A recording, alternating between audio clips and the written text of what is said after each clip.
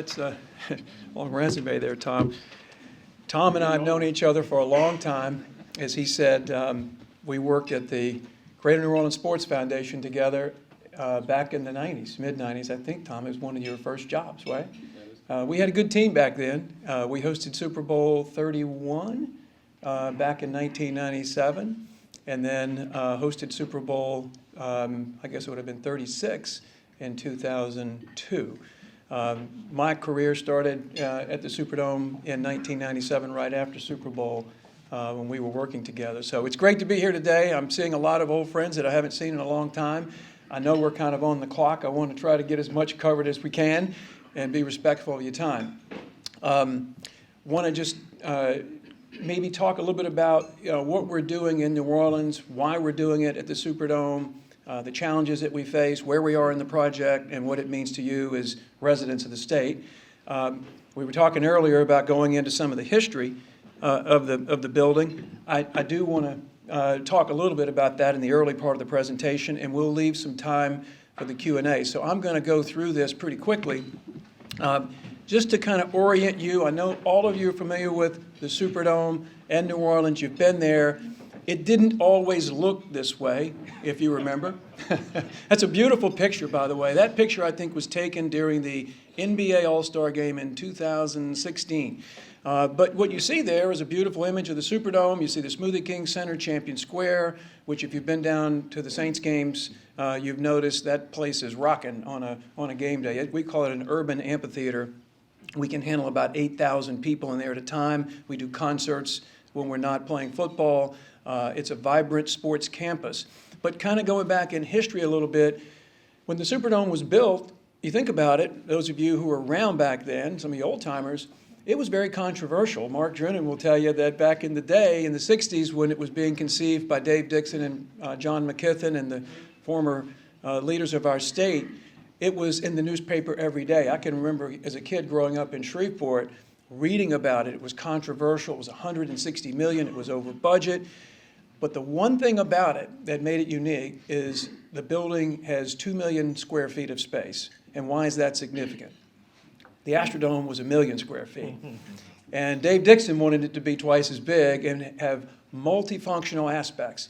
And that today, ladies and gentlemen, is why 47 years later this building is still viable. And we're about to celebrate our 50th anniversary when we host Super Bowl in 2025. It was the first building in 1975 when it opened to have the modern luxury box suites that you hear about today. You know the term skybox. You know where that came from. That came from the Astrodome because the Astrodome didn't have luxury box suites. They put them at the top of the building, and they called them skyboxes because they were literally in the sky. Well, the Superdome was the first building to have the mid-level suites. It was the first building to have what we call club lounges today for major lounges on the 200 level of the building, which we're now reconfiguring to turn into major entry lobbies. It was the first building to have video. If you remember the old 8-sided gondola, that was there, the rear screen projection. Now we have whiz-bang video. If you go into the Superdome today, you see the pregame show. You download the app on your phone, and it's scripted to music, and the flashes go off. So it was the first building to have live video and replay system. So it was a first in many, many respects, and even today, at 47 years old, the building is still viable. And along the way, we've hosted 7 Super Bowls, 6 Final Fours, a number of memorable moments. The Muhammad Ali Spinks fight, the No Mas fight. You forget about those moments. The Michael Jordan shot in 1981 and for Final Four when it launched his career, when North Carolina beat Georgetown. Adam Vinatieri kicking the winning field goal at that memorable 2002 Super Bowl after 9/11. All these historic moments have played out, and of course Katrina, you heard Tom talk about that. We thought it was gone, and we were thankful that we had FEMA come in and pay for a lot of work that we couldn't afford at the time. I used to say that God did for us what we couldn't do for ourselves, and that shut the building down for a year and renovate it because we were arguing with the team at the time about building a new stadium. That was back in 2001, 2002.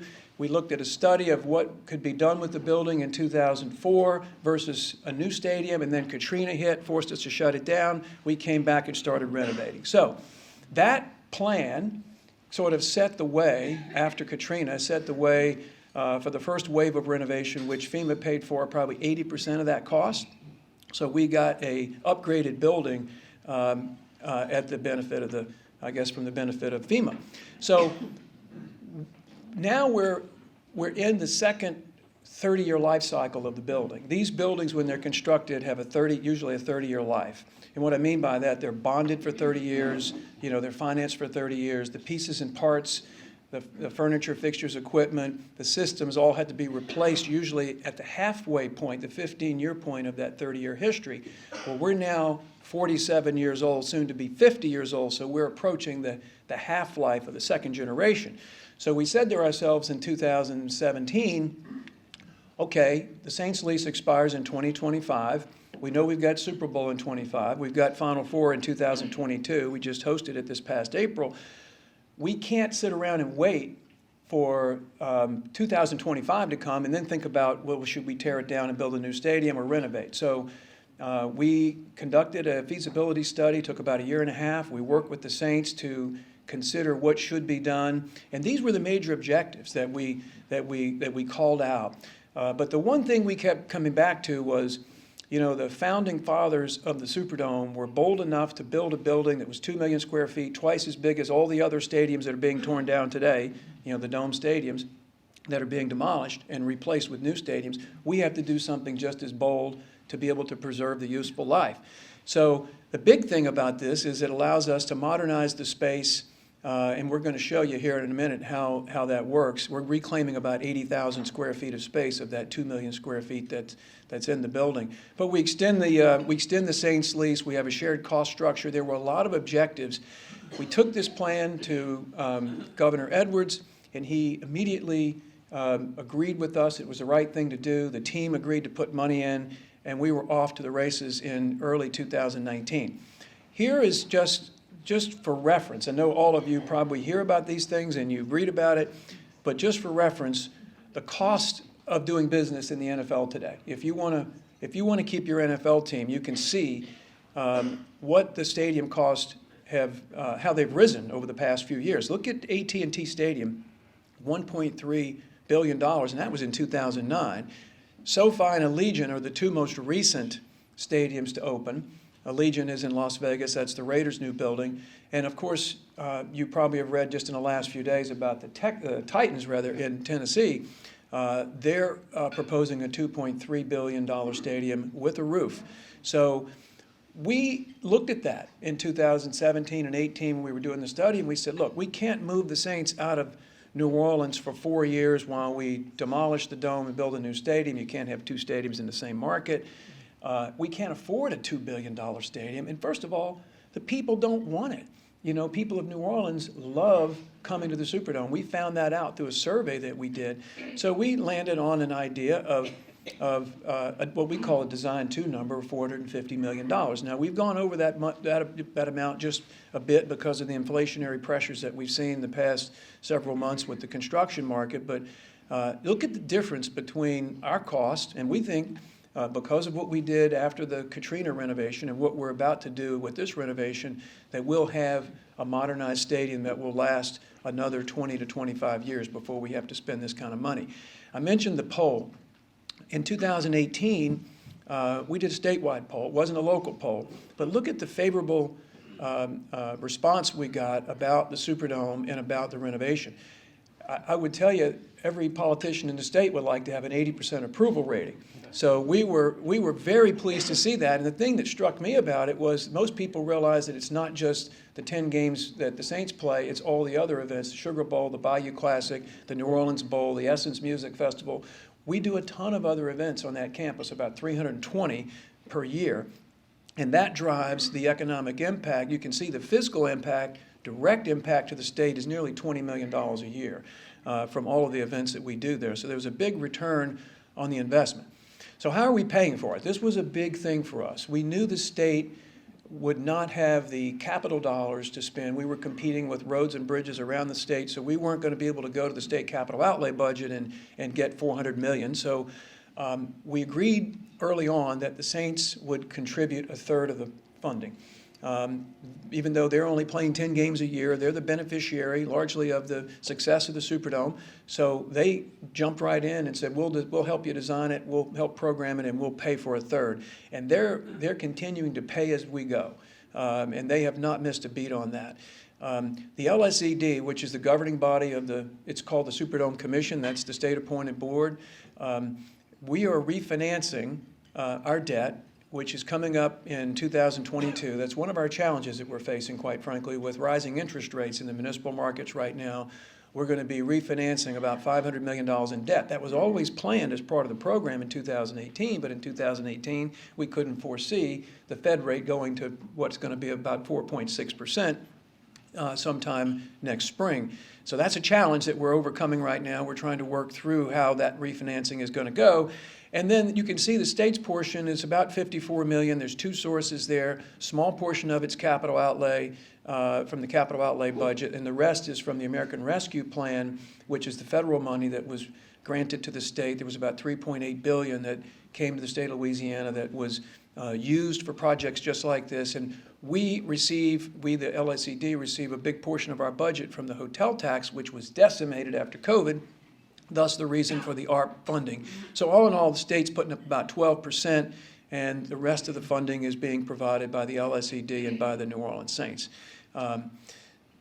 So where are we in the project? One of the big challenges we have is just working around the Saints season. We could not move the Saints out. For those of you who remember, during Katrina, we played 4 games up here at LSU.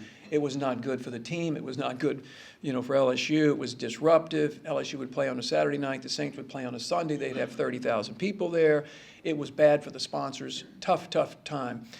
So we felt like we had to keep the team in the building and work around it. So if you go to a game this year, you'll notice there are a lot of walled-off areas. Just like if you would go to a retail center and you were building behind a shopping mall, same thing here. We've got construction going on as we speak today, even though we might play a football game, this weekend or next. So we're working around that construction for the next 3 years. We have to be finished, though, by August of 2024, which is the season prior to the Super Bowl. That is an NFL requirement.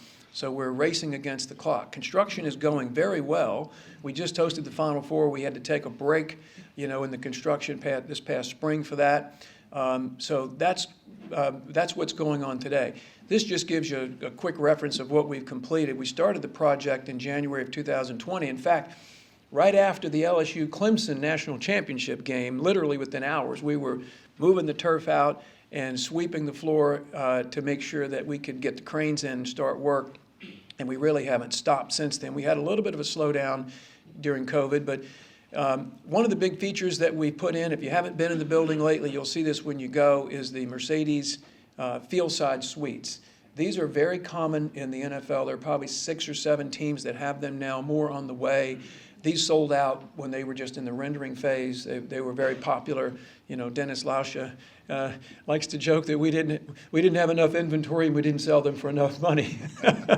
But they're very, very popular. If you get a chance to sit there, you'll see why, because you can literally reach out and touch the players. And behind the seating area is a beautiful club lounge.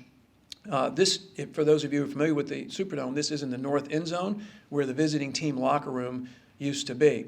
This is the area behind that seating area. And this is what NFL teams are doing today. And college teams, by the way. LSU, same thing. You've got to remain competitive with amenities. We were undersized in terms of our ADA seating. So we've got now 4 ADA viewing decks in 4 different locations. These were built out as part of the Phase 2 program. Many people don't think about this, but the kitchen, the commissary, it takes 3,000 people to run a football game on a Sunday. About 1,500 of those are food service workers. We start cooking at 3 in the morning. Batch cooking, gumbo, red beans and rice, all the products are, cooked that day, in different kitchens around the building, but we have one major commissary. This is a huge industrial kitchen, so we had to refurbish that.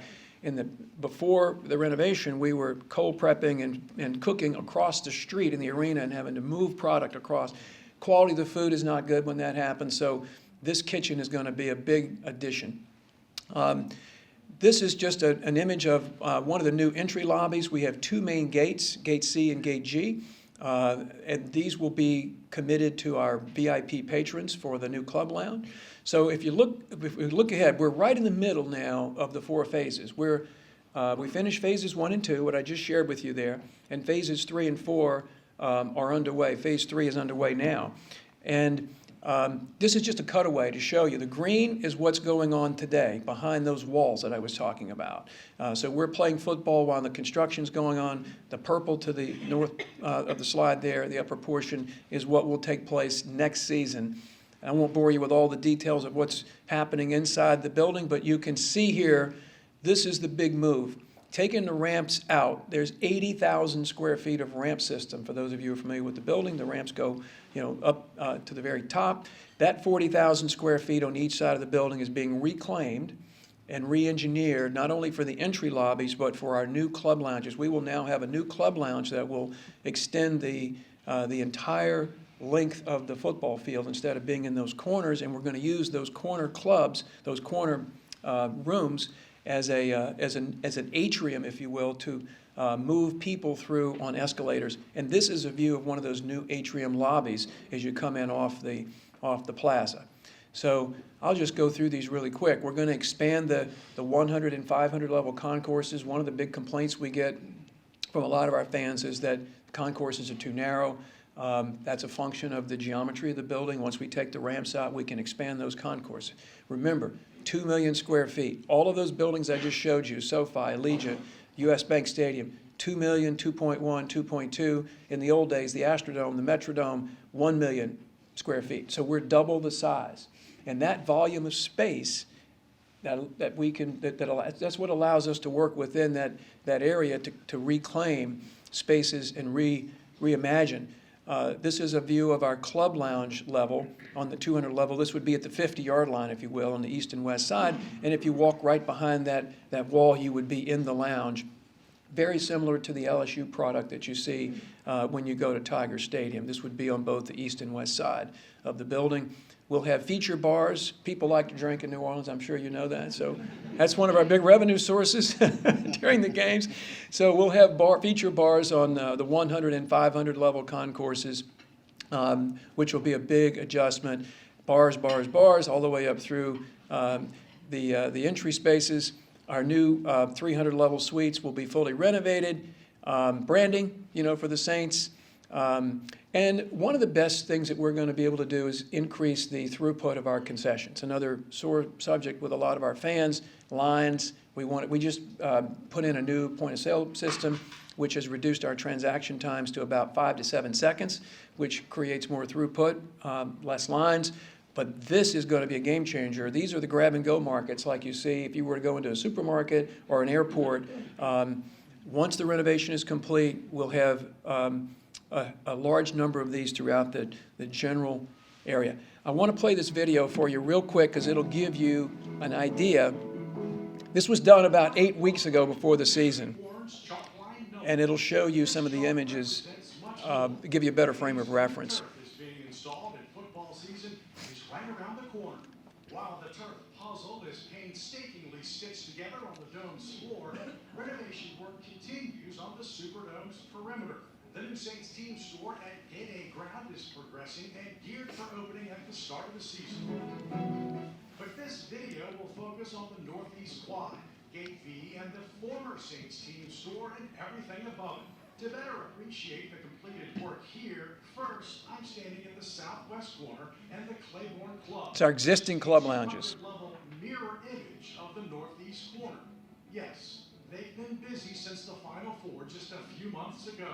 Demolition here is complete, and the huge silo left behind from the 100 to the 500 levels and beyond allows me to give the project renderings some physical context. We'll start by walking in new Gate B, which is no longer simply a gate, but a massive lobby flooded with natural light from the 100 and 200 levels. It serves as more than a pass-through to the Plaza Concourse, and now is a destination and meeting place for arriving fans.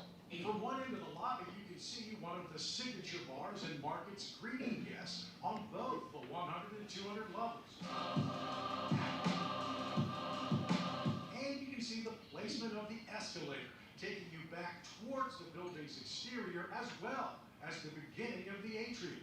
You get a feel of just how large the space is from the other end of the lobby.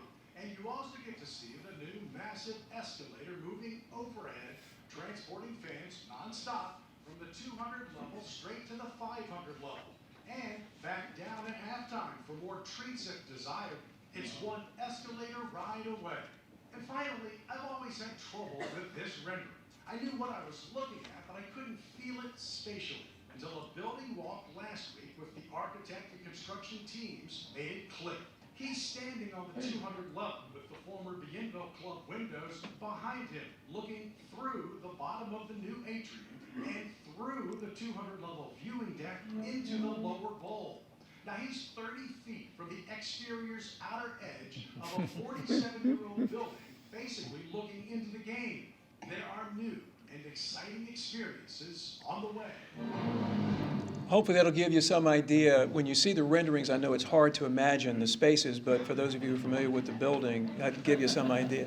So that video was done by our friend and colleague Mike Hoss, who's the voice of the Saints, did a wonderful job, and he goes through the building on almost a daily basis and updates it. But before I take questions, I'd be remiss if I didn't take a moment to acknowledge our state officials, particularly Governor Edwards, for the support that he's given us.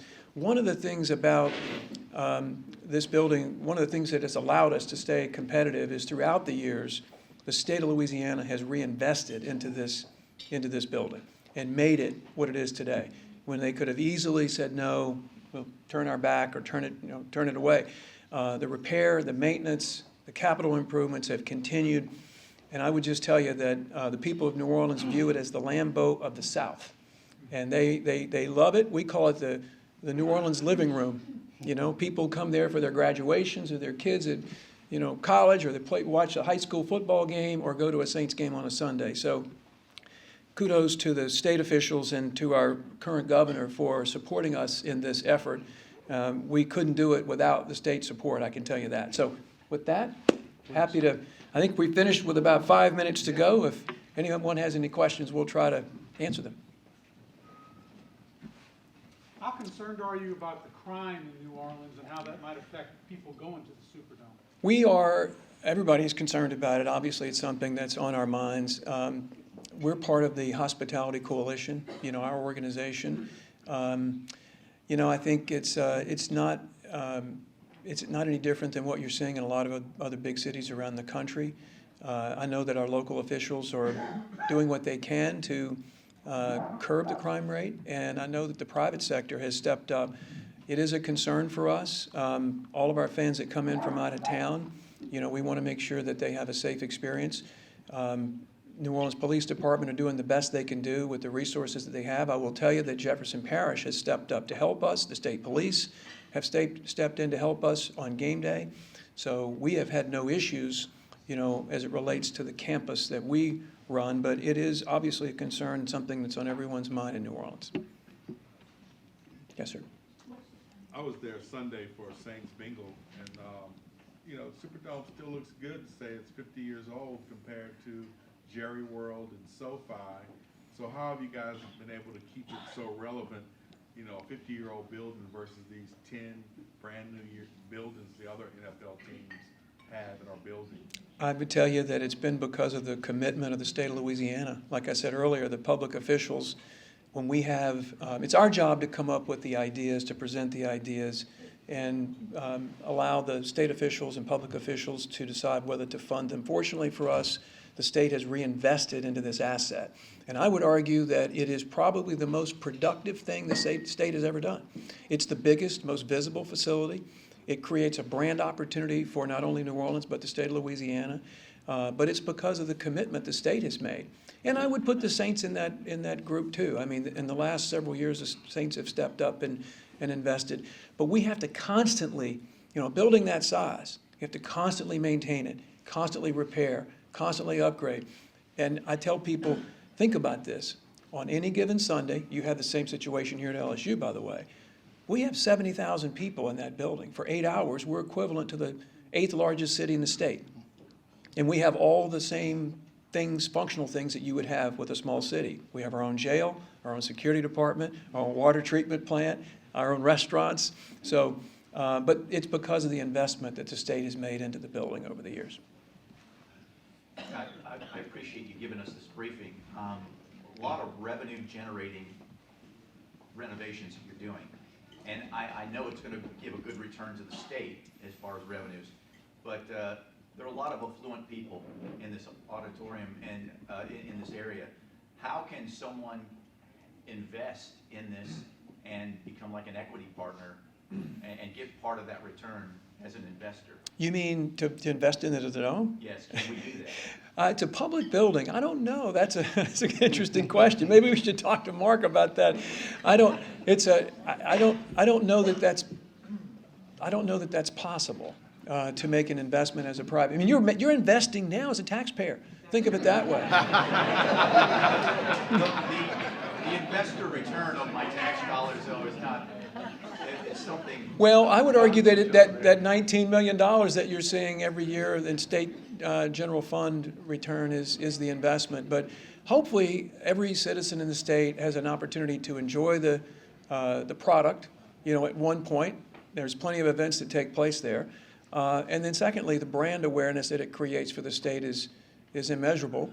And the economic returns are there. I mean, just a single Super Bowl alone is a huge return for the state and for the local citizens. So it is helping everyone in this room, even though you are all investors as taxpayers. Yes, sir. The naming of the Superdome as the Mercedes Dome and Caesar, is that a major contribution to your operation, or is it just a big bill for it? It's a major contribution to the Saints' budget.